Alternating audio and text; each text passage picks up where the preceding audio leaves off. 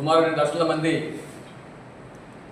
దీర్ఘకాలంగా అనేక కష్టాలు పడుతూ ఉన్నారు. 2024లో కూటమి ప్రభుత్వం అధికారంలోకి వచ్చిన తర్వాత మొట్టమొదటి క్యాబినెట్ సమావేశం జనవరిలో నిర్వహించారు విశాఖపట్నంలో. అందులో ముఖ్యమంత్రి గారు ప్రజలకు ఇచ్చినటువంటి స్పష్టమైన హామీ 100 రోజుల్లో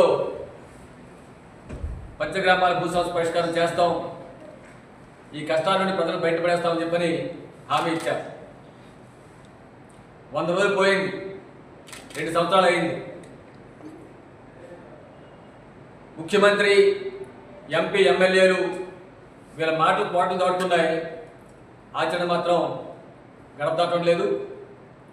కాబట్టి పంచగ్రామాల ప్రజల భూ సమస్యని తక్షణమే పరిష్కరించాలని చెప్పని డిమాండ్ చేస్తూ సిపిఎం పార్టీ మరో దఫా ఆందోళనకు శ్రీకారం చుడుతోంది.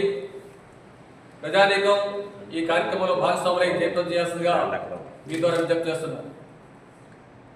1903లో గిల్బెన్ సర్వే రికార్డు ప్రకారం పంచగ్రామాల ప్రజలు భూ హక్కుదారు, భూ యజమానులు.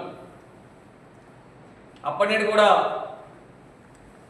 ప్రజలు తమ భూములు సాగు చేసుకోవడం, ఇళ్ల నిర్మాణం చేపట్టడం, నివాసం జరుగుతూ ఉంది. 1995 వరకు